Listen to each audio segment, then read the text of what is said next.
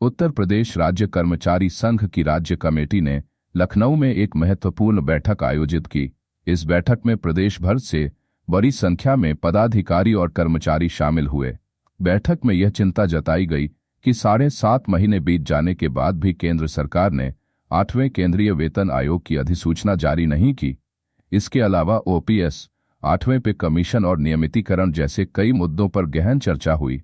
बैठक में यह निर्णय लिया गया कि 23 सितंबर को संगठन प्रदेश भर में सभी जिला मुख्यालयों पर ओपीएस, 8वें पे कमीशन, निजीकरण और नियमितीकरण की मांगों को लेकर प्रदर्शन करेगा। यह प्रदर्शन कर्मचारियों की एकजुटता और उनके अधिकारों की रक्षा के लिए एक महत्वपूर्ण कदम होगा।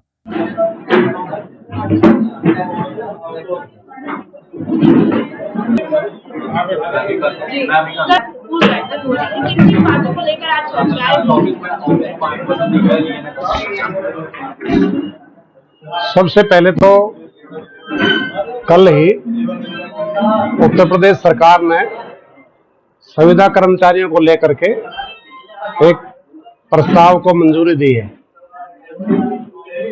इस पे हमारा ये कहना है कि जो संविदा पर कर्मचारी काम कर रहे हैं उनको रिटायरमेंट तक संविदा पर रखने का पक्का प्रबंध है।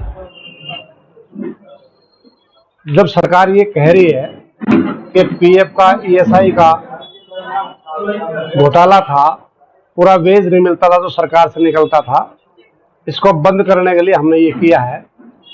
तो हमारा ये कहना है कि ये जो किया है उससे वो जो सिस्टम है बंद नहीं होगा। सरकार ने जो प्राइवेट एजेंसी है उनको रेगुलेट करने का काम किया है, तो बिचौलिया तो फिर भी रह गए। बिचौलिया सिस्टम बंद होना चाहिए। हमारा कहना यह है कि उत्तर प्रदेश में 6 लाख संविदा कर्मचारी हैं, उन सबको रेगुलर किया जाए और रेगुलर करने के साथ ही जो जिस पद पर रेगुलर होंगे उस पद का पूरा वेतनमान उनको दिया जाए। ये जो आप कर रहे हैं ये उचित नहीं है, इसको हम स्वीकार नहीं करते। एक दूसरा, 8वां पे कमीशन 16 जनवरी 2025 को कैबिनेट की मीटिंग हुई है।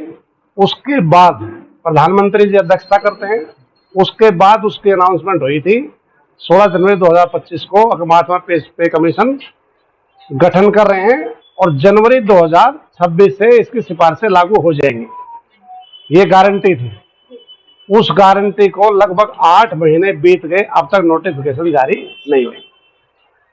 तीसरा, जो ओल्ड पेंशन स्कीम है, पार्लियामेंट चुनाव से पहले काफी दबाव बना और ये लगता था कि अब सरकार को इस पर विचार करना पड़ेगा, लेकिन ओपीएस की बजाय पहले एनपीएस की और अब यूपीएस करो। हमारा साफ साफ कहना all India state government employees federation का, उत्तर प्रदेश राज्य कर्मचारी महासंघ का, कि हम PFRDA act, pension fund regulatory development act को रद्द करें और पुरानी पेंशन बहाल करें। बीच की कोई भी स्कीम हमें स्वीकार्य नहीं है। और जो जिन राज्य सरकारों ने ओपीएस लागू की है, जिसमें राजस्थान भी है, झारखंड भी है, छत्तीसगढ़ भी है, हिमाचल भी है, तो उसका जो पैसा जमा है उस पैसे को वापस किया जाए। अगला जो हमारा पॉइंट है वो है प्राइवेटाइजेशन का, निजीकरण का। हम ये कहना चाहते हैं कि निजीकरण किसी समस्या का समाधान नहीं है। निजीकरण किसी समस्या का समाधान नहीं है, लेकिन अब हम देख रहे हैं कि जो ये बोलते थे कि सौगंध मिट्टी खाते देश को नहीं बिकने देंगे, आज रेल भी, तेल भी, भेल भी, बैंक भी, बीमा भी, ट्रांसपोर्ट भी और बिजली आपका उत्तर प्रदेश में आंदोलन चल ही रहा है।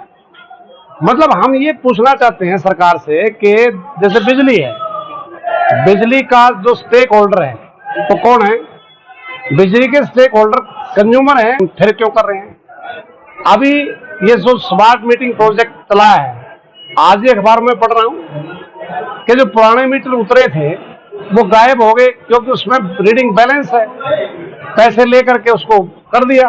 तो ये जो मीटर रीडिंग ये का काम है तो meter reader, bill distributor, cash collection centre, ये सारे लोग बेरोजगार होंगे। तो इसका फायदा किसको मिलेगा? जब निजीकरण होगा तो प्राइवेट प्लेयर हैं उसको कोई प्रकार की दिक्कत ना हो, इसलिए स्मार्ट मीटिंग पहले से ही तैयार कर रहे हैं। तो इसलिए हम पूर्वांचल दक्षिणांचल जो बिजली का जो निगम है उसको जो आउटसोर्स कर रहे हैं उसको बंद किया जाए, और ये जो घोटाले हो रहे हैं इसकी जांच होनी चाहिए। तो जांच होने के बाद इनके खिलाफ कार्रवाई होनी चाहिए।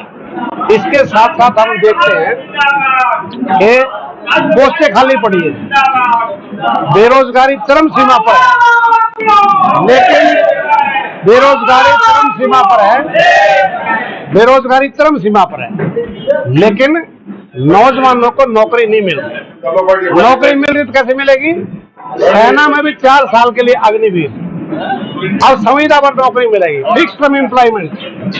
तो ये आज प्रदेश का जो बेरोजगार यूथ है वो नौकरी मांग रहा है, लेकिन उसको नौकरी नहीं मिल रही है। करप्शन चरम सीमा पर है, उस करप्शन पर कोई प्रतिबंध नहीं है। इसलिए इन सारे इश्यूज को लेकर के आज डिस्कशन हुआ है, और हमने ये फैसला किया है कि आने वाली 23 सितंबर को से पुराने पेंशन बहाली का सवाल है, या ये जो हमारे टीचर हैं, अभी हमने 2-3 दिन पहले देखा है तो उस टाइम नहीं है, लेकिन अब कहा जा रहा है कि रिटायरमेंट से पहले टेस्ट क्लियर करना पड़ेगा, अदरवाइज पेंशन प्रभावित होगी। खेल शुरू होने के बाद कोई खेल के नियम बदले जाते हैं। स्टैंड करना चाहिए कि भाई जो इन फ्यूचर है, जब से वो टेस्ट लागू हुआ है, फ्यूचर में उसको इम्प्लीमेंट करेंगे, लेकिन पुराने को क्यों करेंगे?